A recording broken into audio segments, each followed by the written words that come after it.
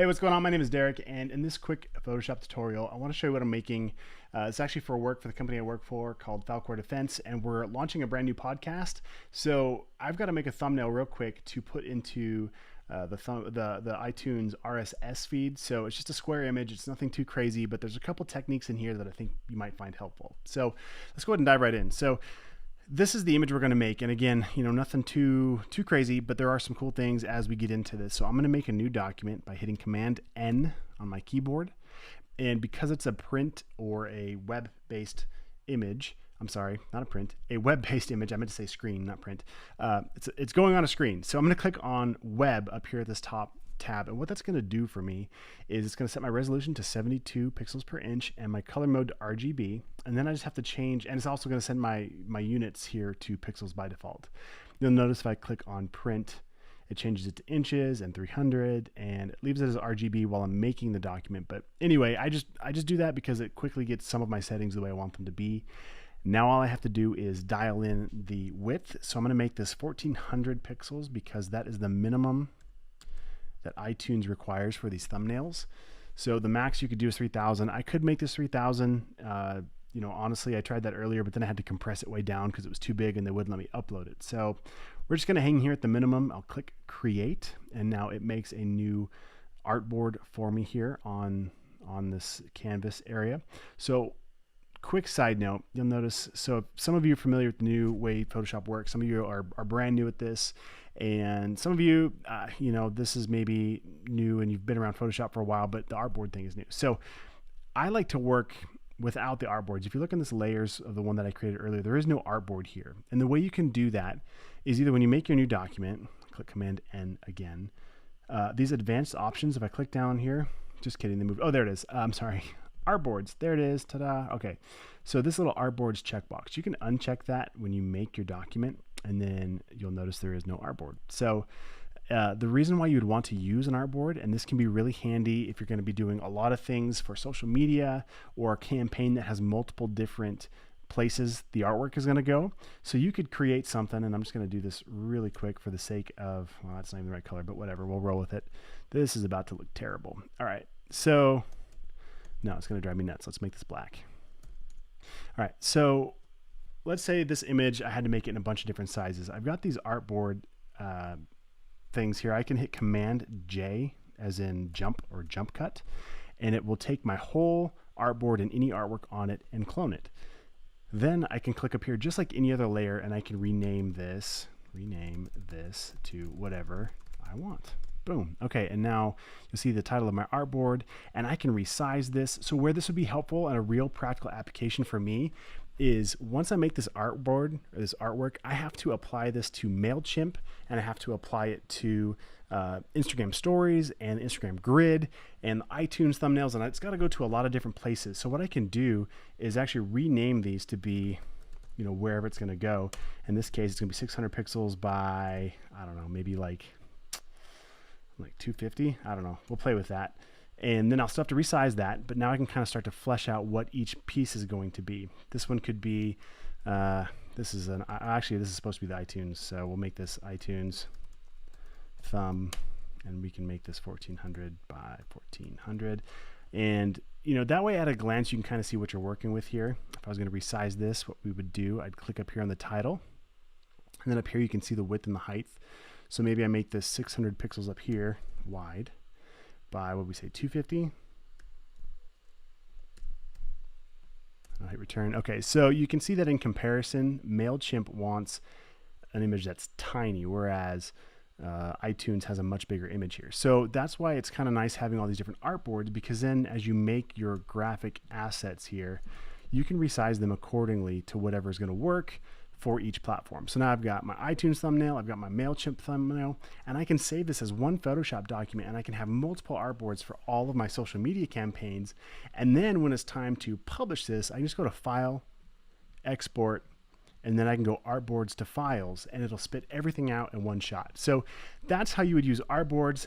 Total tangent, didn't mean to teach you that, but I think it's important to kind of see that, and maybe I'll step back into that in another time. But let's get back into the tutorial about how I made this behind the flame, what do we call it, thumbnail.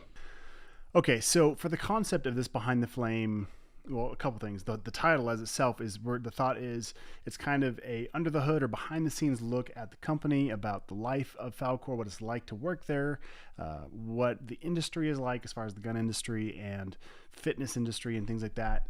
And so that's kind of the concept. And for me, I know it's probably really cliche, but give me a break. I had like 10 minutes to think about this. So I was thinking, naturally we've got the fire in our logo. We also have, like an old school retro microphone because it's a podcast. So smash them together. There's your concept. I know it's really, really basic, but I had to get it done. And sometimes you got to work fast. So that's where the concept came from. So as far as gathering assets, first thing I did is when I had my size created, and I'm just going to jump back into here and delete this MailChimp artboard for now. And I'm going to right click on this other artboard here and go to ungroup artboards. And that will remove all of the artboards from this document. So I just have the one to worry about for now. Okay. So I've got the logo in here and I'm gonna hit Command T to free transform, hold down the Shift key so I can resize it without it getting all weird on me. Okay. And I'm just going to stash this down here.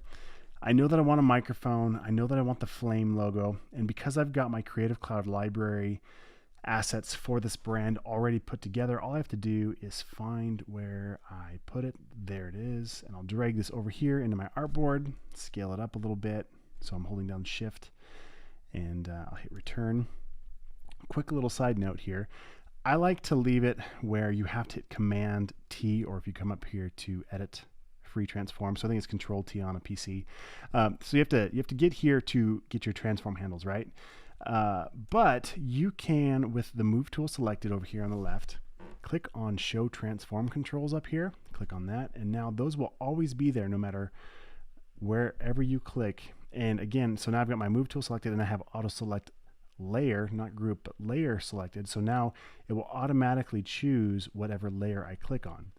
Sometimes it's annoying because it's tough to choose what you want, so maybe you should deselect that, and now it will always stay on whatever you choose. You have to come to the layers panel to actually physically change what the selection is. Okay, so I usually leave auto select turned on and I use show transform controls turned off because they just drive me nuts when I'm looking at this. So there's a quick another random tip. So side note, wow, I'm all over the place tonight. Do you like that when I'm like, hey, by the way, here's a random tip, or would you rather me like get right to the point and be quick and punctual about stuff? I'm curious to hear your thoughts. Go ahead and comment below. Anyway, back to the tutorial. So we're gathering assets right now. I've got the logo, I've got the flame, and I need the text. So we use abolition. I think I spelled that right. Round. There it is. Boom. So that's what we use for our branding. I'm going to change my color up here to white. Click OK. And to get this option up here, I just hit the letter T to get my type tool. I know I'm kind of flying through stuff, but that's how I got that. Click once, and I'm going to type behind the flame. And I'm just going to, a couple things here. I can click the check box up here on the options bar, or click on the move tool. A few ways to do it. We'll stack that down there. And now I need the microphone that I have in my mind. So like any good cooking show or how-to tutorial, I've already got this pulled up. I use Adobe Stock Photos. And so if you go to stock.adobe.com, we can scroll down and figure out what microphone we want. You can see there's a lot to choose from, but here is the one that I chose right there. I chose it for a couple reasons. I like the look of it, but I also liked that it was vector based. So that way I could mess with the lines if I needed to, or change colors easier. So I went ahead and downloaded that and I saved it to my folder somewhere. Here we go. And should have had Illustrator open, my bad. Anyway, so when Illustrator opens, I've got that microphone that I can copy and paste into the document. Give it a second. All right, there it is. So now what we're going to do is I just copied this microphone, Command C to copy. Click on it first, of course. We're in Illustrator. I'm going to jump over into Photoshop. Command V as in, I don't know, Victor, to paste it. And I'm going to click on Smart Object. Click OK. And the reason why I do Smart Objects, quick little tangent again, I don't know if it's going to be that quick, whatever, but as a vector object, I can double click over here in this little thumbnail in the layers panel, and it will open up that vector smart object. So you'll notice this is the original one over here. It opened up a different smart object. So let's say I change the color on it or something, and I hit save. You'll notice the vector smart object changed. The original stays the same, and if I jump back into Photoshop, it updated here too. So when I go to hit Command V again to paste this, if I paste it as pixels, a couple things will happen. One, it's only pixels, so if I zoom in, let's say I go here and paste it in, and then let's say I decide I want to resize this. It's not smart, so it doesn't remember its pixel data. So if I zoom in between these two here, you'll notice that the one that we pasted as pixels, the edges are not very crisp or clean, and it breaks real fast. And if I double click on this layer, it doesn't matter. Now all I get is the layer style, but I don't actually have an option to jump into that vector smart object to fix things. So side note of why I leave it as a vector smart object when I paste this stuff. All right, so let's keep going here. So I pretty much have all the assets I want to work with. When I was thinking about the background image, I wanted it to have some depth, so I brought in one of these abandoned warehouse images. I think it was this one. Honestly, it doesn't really matter. They're all going to do the same thing for me. We'll scale it up a little bit, kind of bring it into place. And now what I want to do is I want to darken it up, and there's a few ways we could do this. One is I could throw a new layer right on top. I hit the letter D to get my default swatches over here, black on top, white down here behind it. And I can hit the letter X to swap which one is on my foreground or background. So I want black on the front, and I'm going to hit, and make sure I'm on my new layer, I'm going to hit Alt or Option on my Mac here and hit Delete. I think it's the same as going to Edit, Fill, which is also Shift F5. So in Photoshop, there's like a million ways to do the same thing. Basically, we're filling the foreground with black. All right, boom, there it is, black. So now I could change the opacity over here by scrubbing this, or I can just hit a number key. So I could hit the number 7, and it's going to jump to 70%. So there's kind of a dark image, and it's nice because it's non-destructive on the actual image itself. Another way you could do it, and this is how I did it for this one, is I just double-clicked, not on the thumbnail, not on the text, but right above it to open up my layer style box. Just kidding, this is not what I did here, my bad. I went to Image, Adjustments, Levels. So Command L for levels. And you can change your output levels here. So you can crush the blacks or the whites here. And so basically if I drag this slider from the white side down, it just darkens the output level. Same thing applies on the black. If I were to bring this to the right, that's how on Instagram or different places you'll see how they have those images where the blacks aren't really rich black, they're kind of faded, and that's what they're doing, what we call crushing the blacks here. So anyway, I'm going to slide this to the left here and just kind of darken it up. I'll hit OK.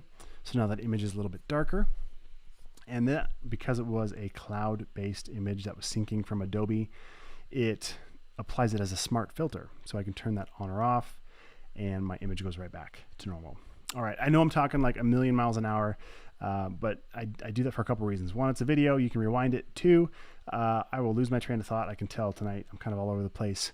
And three, I got to do this fast. So we got to publish this thing. So I got to make this graphic fast. So I'm working through like I would if it was really like basically how I did this. So, all right, let's take a breath here. Throw this to the back. Command Shift and the left bracket key, which is right next to your letter P.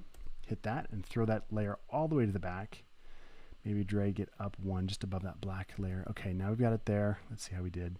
So it was a little bit darker in the other one. I'm just going to double click on that levels icon and darken it up a touch more. There we go. All right, so now we've got this behind the flame text. I'm going to bring it to the front and make it a little bit bigger. And I put an enclosure behind it, so I'm going to hit the letter M. Actually, let's make a new layer first. Command Shift and the letter N for new layer. Click OK. And I'll drag out a selection here. And again, you guys, there's like a million ways to do something in Photoshop. And so, you know, maybe you would make a shape instead, a vector shape. So I could get over here your shapes tool and make a rectangle, which works just as fine. Honestly, like when you're flying through stuff, you just kind of do what makes sense. There is no right way or wrong way. Oh, I take that back. There are better ways than others to do things, but sometimes it's just a matter of getting it done. So we're going to throw that box right behind the text here. Okay, and I want this microphone to be masked by this background shape. So what I'm going to do is go ahead and double click on this vector smart object. And again, a lot of ways we could do this. I could have cropped it in Photoshop, but right now what I want to do is just draw a little box around it here. And I'm going to shift click the layer below, and I'm going to hit Command and the number 7 to mask it. And I don't even know where that, let's see, it's probably up here somewhere. Let's just type it in, mask. I don't even know where that shortcut comes from. Clipping mask, make, there it is. Okay, object, down to transform, or I'm sorry, object down to clipping mask, and then make, Command 7, there it is. It just crops out that image. And you might be asking, well, why did you do it that way? Why didn't you just crop it in Photoshop? And let me show you real quick. So now it crops it down. Had I done it the other way, what I'm about to do wouldn't work. So I'm going to add a new effects layer. Clicking down here, I want to add a stroke that kind of matches the width of the flame stroke here. So let's click on that, change the color to white. So that was pretty fast. I just clicked in the middle and I just drag all the way up to the top left and it just makes it white. Okay, click OK. Change my size so it's about, basically I don't want any black showing up in between this microphone here. I want it just big enough that that all kind of disappears. I'll click OK. And then I also want to put that around this box as well to match. So what I'm going to do, there's a couple ways I could do this. In my layers panel on this effects, I could hold down the Alt key and drag a copy to that layer. Okay. Or I could right click and I could copy the layer style and then click on that layer and then right click and paste the layer style. Okay. So just copied what this layer style was doing and pasted it here. Okay. But I want this stroke and this microphone to blend together like I did it here. See how that stroke kind of goes together? Let's take a look at how that was achieved. So we've got this, a lot of stuff going on here. There's my flame. There's this group. There's my text. All right. So what I did, a couple things. First of all, I angled the text. So let's click on the text and shift click on that box. I'm going to hit Command and the letter T to get my free transform. And I'm going to click on the edge here, and if I just try to shift or just try to click on it, all I can do is go left and right. So I'm going to do now, I've got my transform handles showing up. I'm going to hold on the Command key, and now I can skew this up a little bit. Okay. So I don't even know, I did it kind of like something like that. That might be a little bit more, but whatever. And then I'm going to turn off this stroke effect for now, off of both of these. And I'm going to click once on the microphone and once on this black box thing and hit Command G to group it. And now I'm going to take that stroke effect and apply it. There we go. Put that in there too. And put that behind the box. So do you see what I'm doing here? So basically, instead of applying it to, let me move things in order here. Instead of applying that effect, I can't multitask. There we go. All right, instead of applying the effect individually to the box object and to the microphone object, I applied it to the group. So now that stroke goes around this whole group only. Does that make sense? I hope you're tracking with me. Now to finish the look of that, what we're going to do, let's come back over here. And I had this red color selected. So I'm going to click once on the microphone here. I'm going to add a color overlay. I could do this a couple ways. I could do a color overlay, which it's white, so you're not going to be able to see it, but we want it to be red. Specifically, I want it to be our brand color red. So I'm going to scroll up here to the top, and I'll click once on that red here. Double click over here on this thumbnail so I can just copy, Command C, that little hex value here. All right. And go back to color overlay, click on it a couple times so it pops up, click on that thumbnail, and then paste it into that hex value. All right, so now my microphone's the right red. Now I want that box to be the right red as well. So I'll click once on that layer. I can just add a color overlay. So right now I already did the microphone. I can hold on the Alt key and drag and drop that effect right onto that shape. So might not be the best way to do it, but it's fast. So I could have filled it with red. I could have, done a few different ways to make it red, but for me, that was just quick and dirty. So now what I want to do is put this flame into place. So I'm going to click on it, Command T, and now I can rotate it because I want it to look like it's, blowing out of the microphone at about the right angle. And I'm looking at, if I were to draw a guide from the bottom or through the bottom to the top of that flame, I want it to be the same as the box down here. So it's pretty close, and if it's not perfect, I just want it visually to feel like it's kind of pointing up at the same direction. So we'll leave it kind of like that. And I wanted it to feel like it was coming right out of the middle of the microphone. So now I've got to hit Command, Shift, and the right bracket key to throw this layer over here all the way to the front, all the way to the top. I should show you where that shortcut's at. Okay, so if you go under layer, where's that at? It's in here somewhere. Arrange, send backward, send back, bring to front, bring whatever. Those are the shortcuts I'm using, okay? So layer, arrange, and then bring to front. So shift, command, and that right bracket key. Boom. That's how I got that all the way to the front real quick. All right, so now what I'm going to do is this is the little details that nobody pays attention to or notices, but I want this flame to be dead center with this microphone. Now the problem is it has a stroke and it's cutting through the microphone here and kind of ruining that illusion for me. So what I'm going to do is click down here on this little, next to this little effects box. We've got this box with a circle in it. That's my layer mask. So I'll click on that to add a layer mask to my flame layer. Now on this mask, anything that I paint or draw with black will hide whatever's in this layer. Anything white will reveal it. So what I want to do is hit the letter B to get my brush tool. And right now I've got basically white on white. So I'm going to hit the letter D to get my default swatches. Now I can either click on this little double arrow, or again I can switch the foreground and background colors by pressing the X key. So I'll hit X. So now I've got black. I'm going to be painting with black, but now my brush is huge. I want it to be that big. So with my brush panel selected over here on the sidebar, I can click on my brush window. If you don't see that, come up here to window, down to brushes. Bring it back here. And actually we're going to go to brush settings. I can scrub the size right here.